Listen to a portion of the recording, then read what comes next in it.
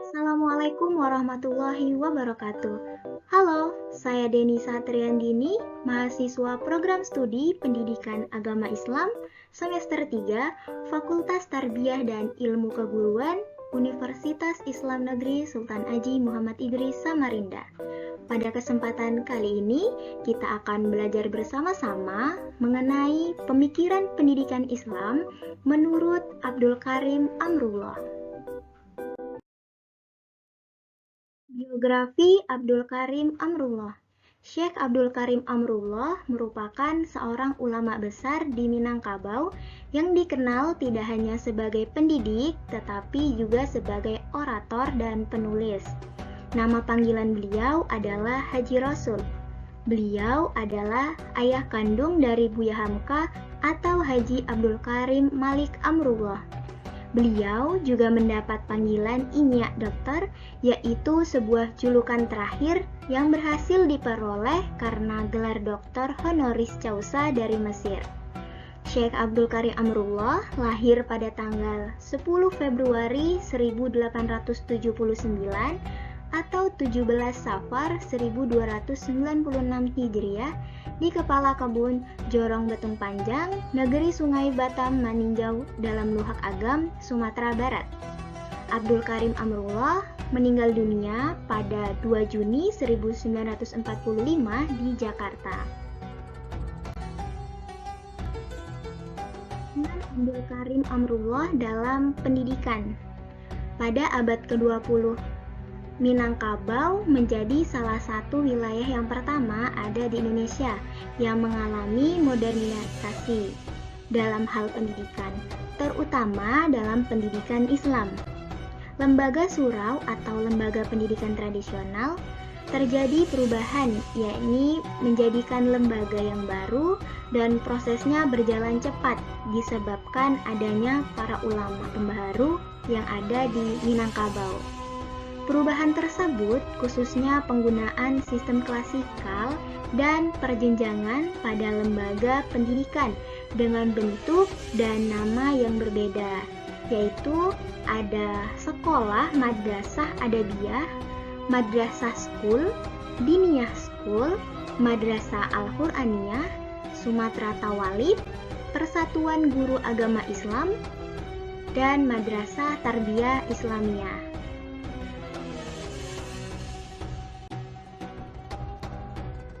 Adapun pemikiran Kiai Haji Abdul Karim Amrullah dalam upaya modernisasi, beliau melahirkan beberapa pembaharuan, yaitu kurikulum. Jadi Syekh Abdul Karim Amrullah dalam menyusun kurikulum ditentukan berdasarkan tingkatan umur. Ia membagi muridnya dalam kelas-kelas tertentu sesuai dengan kelas pendidikannya. Kemudian ada sistem dan metode pembelajaran. Pembaharuan yang dilakukan beliau berkaitan dengan metode pembelajaran dengan memperkenalkan metode diskusi dan tanya jawab. Jadi, murid dirangsang berani berdiskusi, berpikir bebas, memahami, berkelompok, dan berorganisasi. Kemudian, organisasi siswa. Syekh Abdul Karim Amrullah juga berpikir cara agar semua muridnya dapat mengikuti organisasi karena beliau beranggapan bahwa organisasi sangatlah penting. Setelah mengetahui organisasi Muhammadiyah yang berada di Yogyakarta, mulai tumbuh semangat organisasi dalam diri Syekh Abdul Karim Amrullah. Kemudian ada kitab pegangan guru dan murid atau rujukan. Haji Rasul mulai memperbarui berbagai kitab yang dijadikan sebagai kitab rujukan di perguruan tinggi Sumatera Tawalib di tahun 1920 Masehi. Pemikiran Abdul Karim Amrullah tentang pendidikan Islam. Pertama mengenai tujuan pendidikan. Jadi tujuan pendidikan mengarah pada tauhid.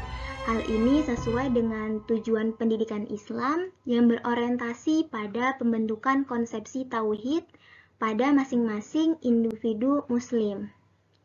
Kemudian pendidik menurut Haji Abdul Karim Amrullah adalah pendidik yang memiliki pengetahuan, sikap, dan teladan yang baik bagi peserta didiknya, serta mempunyai kemampuan untuk menetapkan suatu kebijakan yang dapat diterima oleh semua masyarakat. Kemudian dasar pendidikan sebagai landasan dalam pelaksanaan pembelajaran di lembaga pendidikan adalah Al-Quran, Sunnah, dan Ijtihad.